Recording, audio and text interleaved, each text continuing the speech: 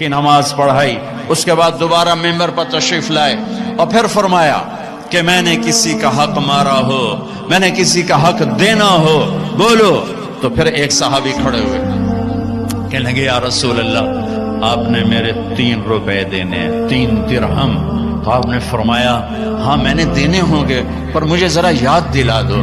تو وہ کہنے لگے آپ کے پاس ایک فقیر آیا تھا تو اس نے آپ سے مانگا, آپ کے پاس تھا نہیں تو آپ نے مجھے فرمایا تو دے دے تو میں بعد میں ادا کر دوں گا.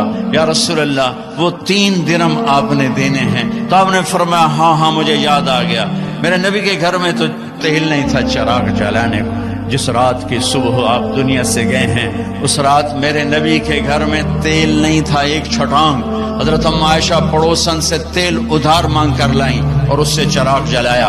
تو آپ نے فضل بن عباس سے فرمایا کہ فضل میرے بھائی یہ میرا قرضہ تیرے ذمہ ہے. انہوں نے کہا یا رسول اللہ میرے ذمہ ہے.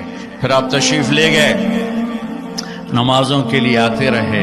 جمعرات عشاء کی نماز کے لیے یہاں تک آئے, سرانے سے غش کھا کے سرانے پر گر گئے. پھر اٹھ کے پوچھا عشاء ہو گئی؟ کہا جی انتظار ہو رہا ہے. پھر آپ اڑنے لگے, پھر چکر آیا, پھر سرانے پر سر رکھ دیا. پھر تھوڑی دیر کے بعد افاقہ ہوا, کیا نماز ہو گئی؟ کہ یا رسول اللہ انتظار ہے. پھر آپ اٹھے, پھر پوچھا نماز ہو گئی؟ کہ یا رسول اللہ انتظار ہو رہا ہے. تو آپ نے فرمایا مرو ابا بکر فلیصلی, ابو بکر سے کہو نا میری جگہ نماز پڑھائے. ابو بکر پیچھے کھڑے تھے, عمر پہلی صف میں تھے. صحابہ نے عمر کو آگے کر دیا کہ نماز ہی پڑھانی ہے. جب انہوں نے اللہ اکبر کہا اور اللہ کے نبی نے سنا تو آپ نے کمرے کے اندر سے اعلان فرمایا عمر کو پیچھے کرو, ابو بکر کو آگے کرو. میرے رب کا فرمان ہے میرے مصلی پر ابو بکر کے سوا اور کوئی کھڑا نہیں ہو سکتا. نماز کو روکا گیا, ابو بکر کو آگے کیا گیا. اور آپ نے عشاء جمعرات کی 5 نمازیں ہفتہ اتوار, جمعہ ہفتہ اتوار 5 نمازیں, یہ سو پیر کی 16. ہفتے کے دن ظہر کی نماز پر ابو بکر نماز پڑھا رہے ہیں. میرے نبی وہاں سے آتے ہیں آہستہ آہستہ چلتے ہوئے آسرے کے ساتھ. ابو بکر کی نظر پڑتی تو ایسے پیچھے ہٹنا شروع ہو جاتے ہیں کہ اب شاید میرے نبی مصلی پر کھڑے ہوں گے, تو ایسے ہوتے ہیں. تو آپ نے ہاتھ کا اشارہ کیا کھڑے رہو کھڑے رہو, تو وہ پھر ایسے آگے ہو جاتے ہیں. تو میرے نبی الٹے ہاتھ آ کر اب ابو بکر کے پاس نیچے بیٹھ کر ظہر کی نماز ادا فرماتے ہیں اور پھر کمرے میں تشریف لے جاتے ہیں. یہ آپ کی آخری آمد تھی امت کے پاس. پھر اس کے بعد آپ باہر نہیں تشریف لائے. پیر کا دن آ گیا, فجر کی نماز صحابہ پڑھ رہے, آپ نے ایسے ذرا سا دروازہ کھولا اور اپنی امت کو یوں دیکھا.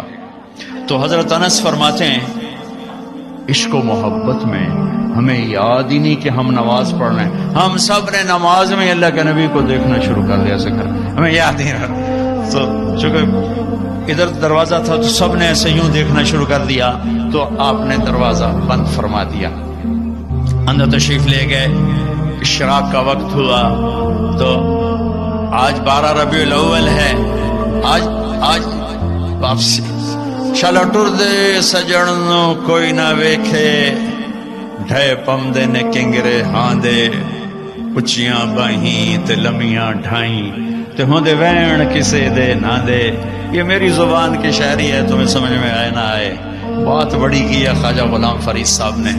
تو آپ نے تمام ازواج کو بلایا, تمام بیگمات کو بلوایا, سب کو ملے, بات کچھ نہیں کی, ملاقات کی, رخصت فرمایا. پھر اپنی بیٹی فاطمہ کو بلوایا, ان کو پاس بٹھایا, ان کے کان میں کہا بیٹی آج میں جا رہا.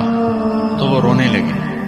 تو آپ نے فرمایا ادھر کان قریب کرو, پھر قریب کرو نہیں, سب سے پہلے تو میرے پاس پہنچے گی. 6 ماہ کے بعد بیٹی بھی اپنے باپ کے پاس پہنچ گئی, صرف 24 سال کی عمر, 24 سال کی عمر. اس کے بعد علی کو بلایا, داماد, ان کا سر اپنی گود میں رکھا اور ان کے سر پر کمر پہ سے ہاتھ پھیر رہے ہیں, ہاتھ پھیر رہے ہیں, ہاتھ پھیر رہے ہیں, دعا دے رہے ہیں, دعا دے رہے ہیں. رخصت فرما. کا سر نہا لا الہ الا